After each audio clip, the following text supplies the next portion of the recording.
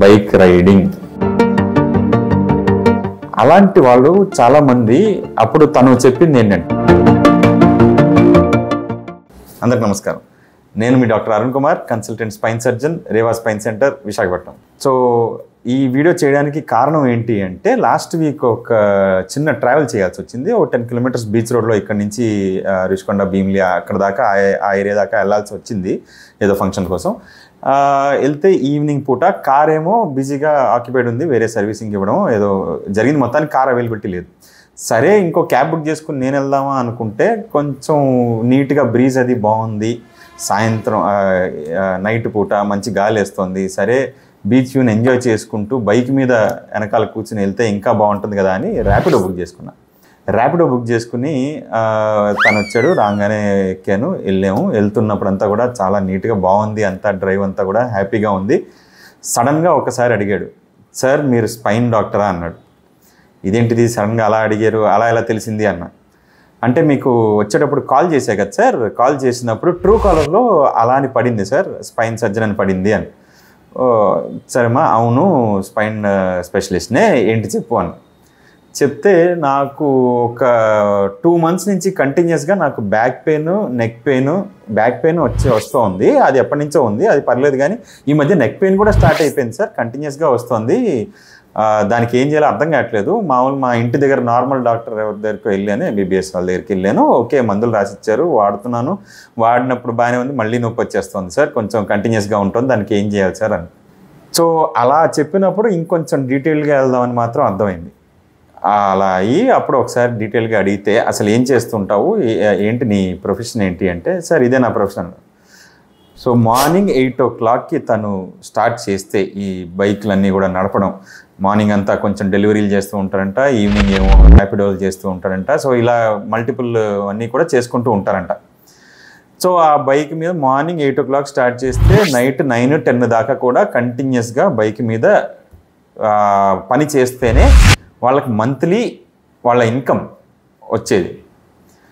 So అలా చేస్తున్న వాళ్ళకి అప్పుడు ఆలోచిస్తే, రిట్రోస్పెక్టివ్గా ఆలోచిస్తే, ఇప్పుడు ఈ మధ్య ఈ అమెజాన్, ఫ్లిప్కార్ట్, జొమాటో, స్విగ్గీలు అండ్ బ్లింకిట్ ఇలా చాలా వచ్చేసి బైక్ డ్రైవింగ్, బైక్ రైడింగ్లో చేయాల్సిన పనే ఇది కాబట్టి, డెలివరీ అంతా కూడా బైక్ మీదే నడపాల్సి వచ్చే పరిస్థితి కాబట్టి ఇదొక ప్రొఫెషన్ అయిపోయింది.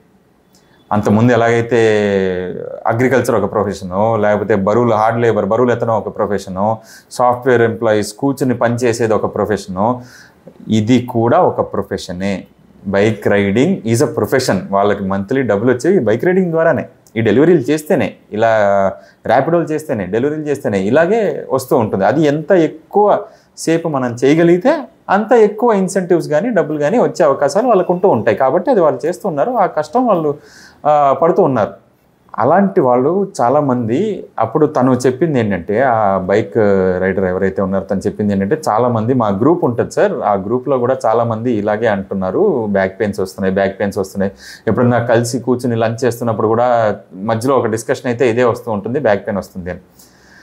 సో అలాంటి వాళ్ళ కోసం ఈ వీడియో చేయాలనిపించింది. సో ఎవరైతే రోజు వాళ్ళ ప్రొఫెషనే బైక్ రైడింగ్ ఏదైతే ఇన్వాల్వ్ అవుతుందో, పొద్దున్నుంచి సాయంత్రం దాకా బైక్ మీద నడవాల్సి వస్తుంది, మార్కెటింగ్ వాళ్ళు ఉంటారు, ఫార్మా రిప్రజెంటేటివ్స్ ఉంటారు, ఇప్పుడు నేను చెప్పిన ఈ కంపెనీస్ వాళ్ళందరినీ డెలివరీ ఏజెంట్స్, డెలివరీ పార్ట్నర్స్ ఉంటారు, ఈ ర్యాపిడో పార్ట్నర్స్ ఉంటారు, క్యాప్టెన్స్, ర్యాపిడో క్యాప్టెన్స్ అంటారు, వాళ్ళు ఉంటారు. సో వీళ్ళంతా కూడా బైక్ మీద చేయాల్సిన ప్రొఫెషనే, వాళ్ళ కోసం చేస్తున్న ఈ వీడియో ఇది.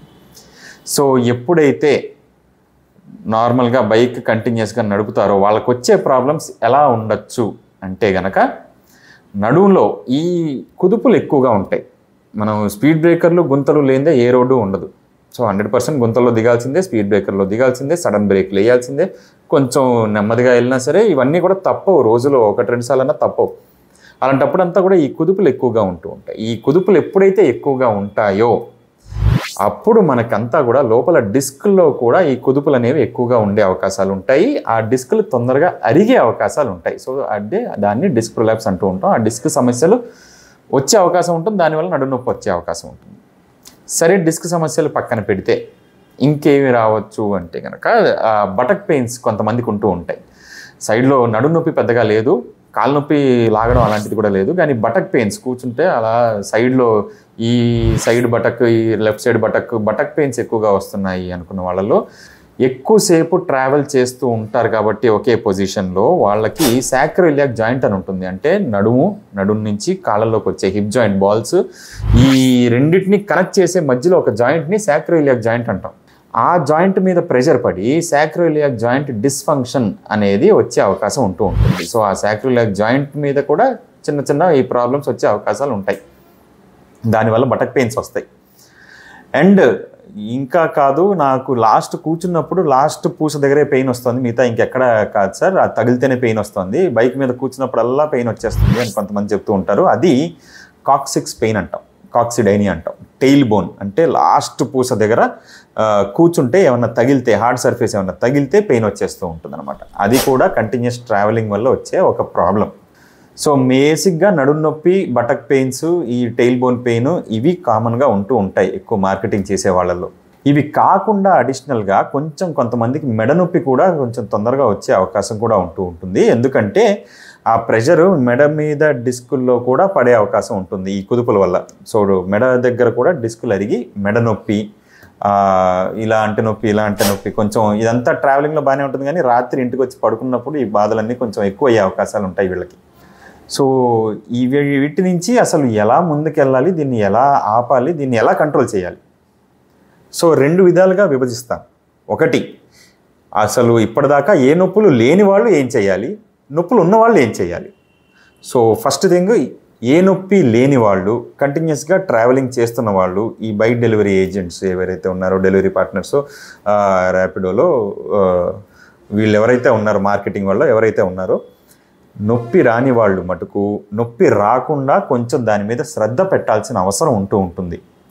ఎందుకంటే మార్నింగ్ నుంచి నైట్ దాకా మీరు బండి నడుపుతూనే ఉంటే మీ ప్రెషర్ అంతా నడుము మీద ఎప్పటికప్పుడు పడుతుంది. ఇప్పుడు కాకపోతే 1 సంవత్సరం తర్వాతనే పడుతుంది, 2 సంవత్సరాల తర్వాతనే పడుతుంది. పడకుండా దాన్ని కొంచెం జాగ్రత్తలు అనేవి తీసుకోవాల్సిన అవసరం ఉంటుంది. అది ఏంటి అంటే, ఒకటి, డైలీ మార్నింగ్ లేచిన తర్వాత ఒక 10 minutes బ్యాక్ స్ట్రెంథనింగ్ ఎక్సర్సైజెస్ అనేవి చేయాల్సిన అవసరం ఉంటుంది. మిగతా యోగాలు, జిమ్లు మీరు ఏవైతే చేసుకుంటారో చేసుకోవచ్చు, దాంట్లో ఇబ్బంది ఏం లేదు. దాంతో పాటు బ్యాక్ మసిల్స్ అనేవి స్ట్రెంథన్ అవ్వాల్సిన అవసరం ఎంతైనా ఉంటుంది. మీ బ్యాక్ మసిల్ స్ట్రెంథన్ అయితే ఈ కుదుపులను కానీ, ఆ ట్రావెల్ పీరియడ్ని కానీ ఇవన్నీ కూడా తట్టుకొని మీ డిస్క్లన్నీ కూడా నార్మల్గా ఉంటూ ఉంటాయి. సో అంతలా నొప్పి రాదు. అండ్ సెకండ్ థింగ్, ఎప్పుడైతే మీరు మొత్తం అంతా బైక్ మీదే ట్రావెల్ అంతా ఉంటుంది కాబట్టి ఆ బైక్ కండిషన్ కూడా బాగా ఉండాల్సిన అవసరం ఉంటుంది. ఆ షాక్ అబ్జార్బర్స్ కొంచెం బెటర్గా ఉండాల్సిన అవసరం ఉంటుంది. సో ఎప్పుడైనా సరే ఆ షాక్ అబ్జార్బర్స్ మీద ఇన్వెస్ట్ చేస్తే కూడా మంచిదే, బైక్ మీద ఇన్వెస్ట్ చేస్తే మంచిదే. ఎందుకంటే మీ ప్రొఫెషనే అది. ఇప్పుడు నా ప్రొఫెషన్ నేను సర్జరీలు చేయడం. ఇప్పుడు నా సర్జికల్ ఇన్స్ట్రుమెంట్స్ మీద నేను డెఫినెట్గా ఇన్వెస్ట్ చేస్తాను. ఒక ఎండోస్కోప్ కొనాలంటే 25 లక్షలు 30 లక్షలు నేను ఇన్వెస్ట్ చేసుకుని నేను దాని రిజల్ట్ నేను ఇవ్వగలుగుతాను కాబట్టి దాని మీద ఇన్వెస్ట్ చేస్తాను. అదే ఒక సాఫ్ట్వేర్ ఎంప్లాయీ ఉంటారు, తను మంచి కంప్యూటర్ కొనుక్కోవాలనుకుంటారు, ఆ కంప్యూటర్ మీద ఇన్వెస్ట్ చేస్తూ ఉంటారు.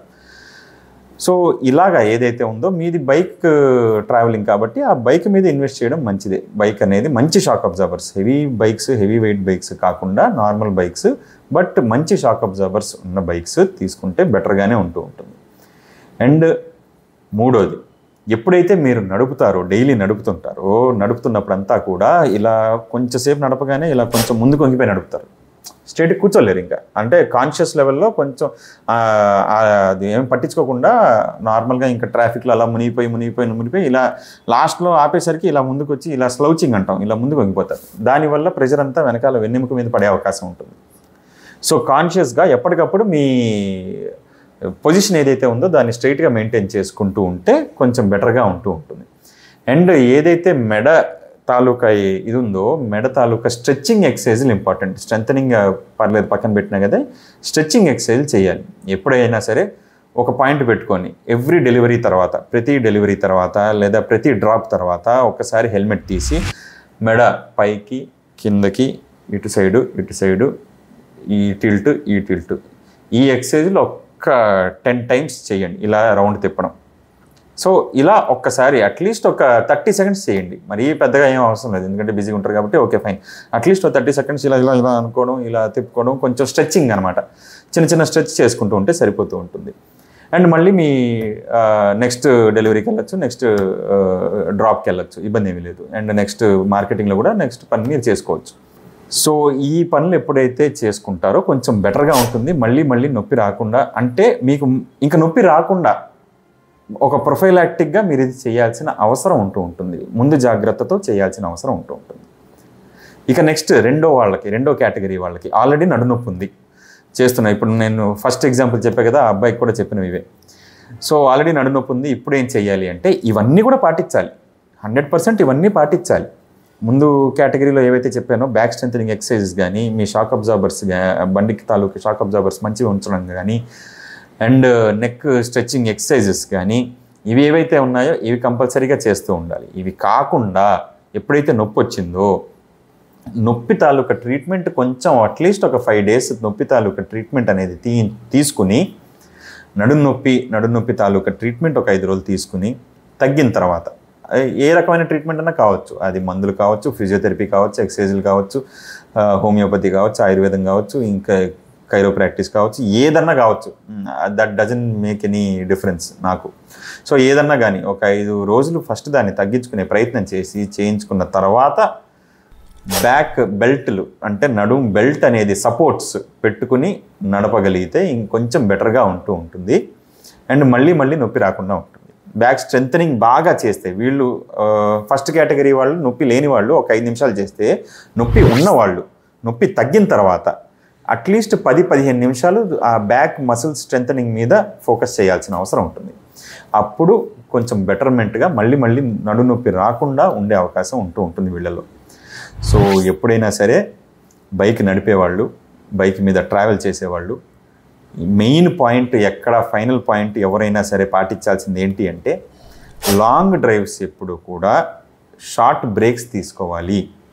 ఎవ్రీ 15-20 minutes నడిపితే గనక బండి పక్కన ఆపేసి ఒక 2-3 నిమిషాలు నడవడమో, నించోవడమో, బ్యాక్ స్ట్రెచ్ చేయడమో, నెక్ స్ట్రెచ్ చేయడం, ఇవన్నీ చేసుకుని మళ్ళీ బండికి మళ్ళీ ఒక 20 నిమిషాల దాకా వెళ్ళచ్చు. సో ఎవ్రీ 20 minutesకి ఒక 2 minutes బ్రేక్ అనేది తీసుకుంటే కొంచెం బెటర్గానే ఉంటుంది. అండ్ అది కొంచెం ప్రాక్టికల్ డిఫికల్టీస్ మీకు ఉండొచ్చు. చెప్పినప్పుడు ఆ టైము చూపిస్తుంది ఇంకా రావట్లేదని కొంతమంది అంటారు, లేకపోతే ఇంకా డెలివరీ ఇంకా అవ్వలేదని కొంతమంది అంటారు. ఇలా చాలా ఉండొచ్చు, ప్రాక్టికల్ ఇష్యూస్ ఉండొచ్చు. బట్ యాజ్ అ స్పైన్ స్పెషలిస్ట్గా, యాజ్ అ డాక్టర్గా నేను చేయవలసింది ఏంటి అంటే ఈ జాగ్రత్తలు చెప్పడం వరకు. ఎలా చేయగలుగుతారు అనేది ఇండివిజువలైజ్డ్గా మీరు ఆలోచించుకొని ఎంతవరకు దీన్నంతా కూడా మనం మీ డైలీ లైఫ్ స్టైల్లో ఇన్కార్పొరేట్ చేసుకోగలుగుతారో అనేది మీ మీదే వదిలేస్తున్నాను. నమస్కారం.